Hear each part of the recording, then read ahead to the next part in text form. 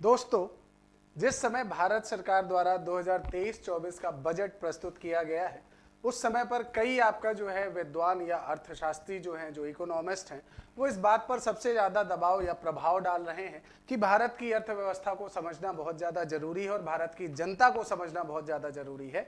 क्योंकि जनता जब इस चीज़ को समझेगी, जब अर्थव्यवस्था की क्रिया को समझेगी, तब उसे देश के विकास का जो रूपरेखा है वो भी समझ में आएगा।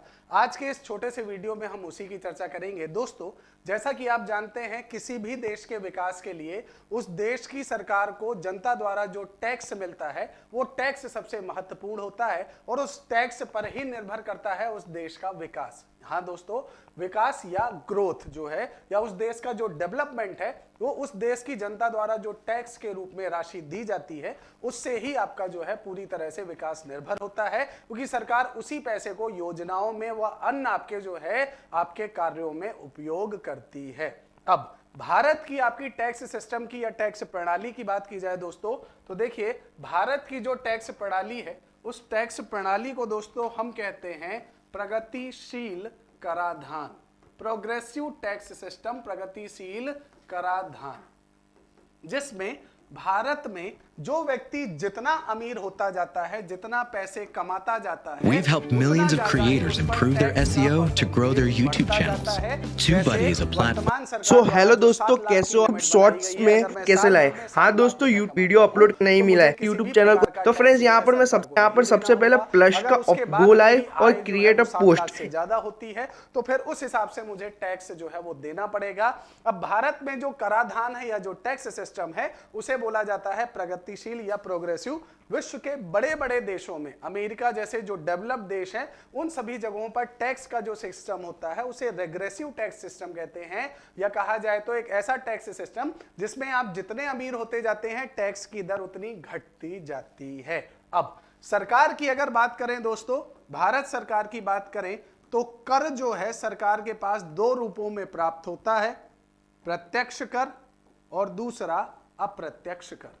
ये सरकार की आय है दोस्तों, क्योंकि जनता के ऊपर जब टैक्स लगता है तो उसी पैसे को सरकार की इनकम माना जाता है। और वो जो इनकम है सरकार के पास दो रूपों में आती है, डायरेक्ट और इनडायरेक्ट। डायरेक्ट का मतलब होता है दोस्तों कि जब सरकार आपकी आय से एक निश्चित राशि काट ले, जैसे इनकम टैक्स। भाई, अगर आपने 7 लाख रुपए सालाना कमाए हैं तो सरकार आपकी इनकम से कोई टैक्स नहीं लेगी। लेकिन अगर आप उससे ज्यादा कमाते हैं तो 5%, 7% आपकी इनकम से एक निश्चित राशि कट कर ली जाएगी। उसे बोला जाता है प्रत्यक्ष कर, कहा जाए तो इनकम टैक्स, है ना। और यही इनकम टैक्स आपका कैसा है? प्रगतिशील है। इसका मतलब जितना पैसा कमाते जाएंगे उतना आपका टैक्स बढ़ता जाएगा। दूसरा, अप्रत्यक्ष कर को आप जीएसटी से समझ सकते हैं। जीएसटी मतलब कि आप अगर किसी वस्तु का उत्पादन कर रहे हैं, मान के चलें आप एक पार्ले जी का उत्पादन कर रहे हैं और उत्पादन में 4.5 रुपए का खर्च आता है,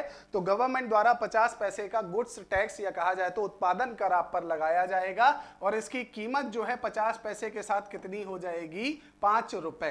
तो उत्पादन मैंने किया पार्ले जी बिस्कुट का और उसकी कीमत हो गई 5 रुपए, लेकिन ये 5 रुपए वसूला किससे जाएगा? जनता से, जो उस वस्तु का उपभोग कर रही है, कंज्यूम कर रही है, जो खरीद रही है। मतलब प्रत्यक्ष कर सीधे मेरी जेब से काटा जाता है, अप्रत्यक्ष कर सीधे मेरी जेब से नहीं काटा जाता है, लेकिन हाँ, लगता किसी और पर है और भुगतान मैं करता हूं।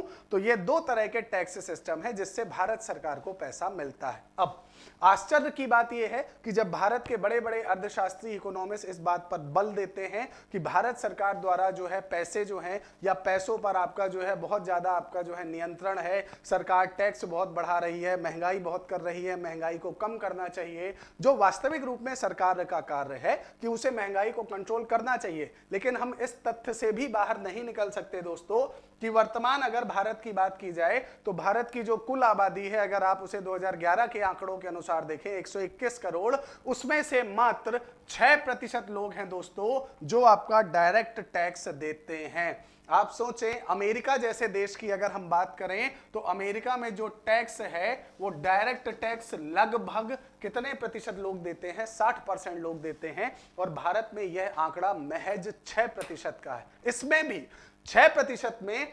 5.5% वो लोग हैं जो टैक्स या आईटीआर भरते हैं दोस्तों, लेकिन वो आईटीआर शून्य की भरते हैं, या कहा जाए तो ऐसी भरते हैं जिससे टैक्स प्राप्त नहीं होता, मतलब 7 लाख के नीचे वाली। तो बचा कितना? ओनली 0.5% जो टैक्स वास्तविक रूप में सरकार के पास इनकम टैक्स के रूप में जाता है।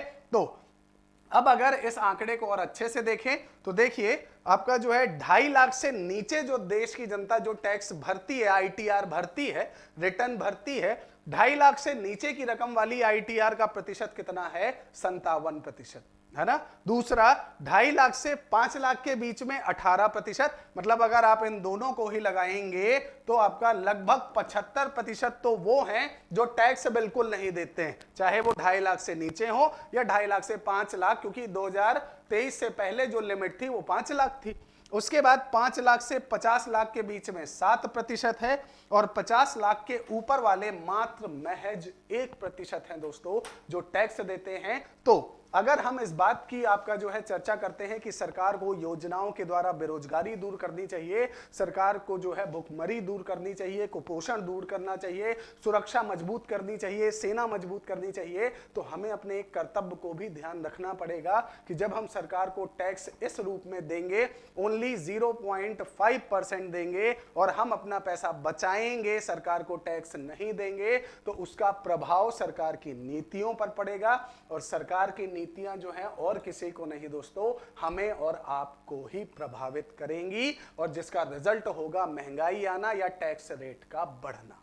आज के इस वीडियो में इस छोटे से टॉपिक को एंड करते हैं। उम्मीद करता हूं आपको ये वीडियो पसंद आया होगा। धन्यवाद।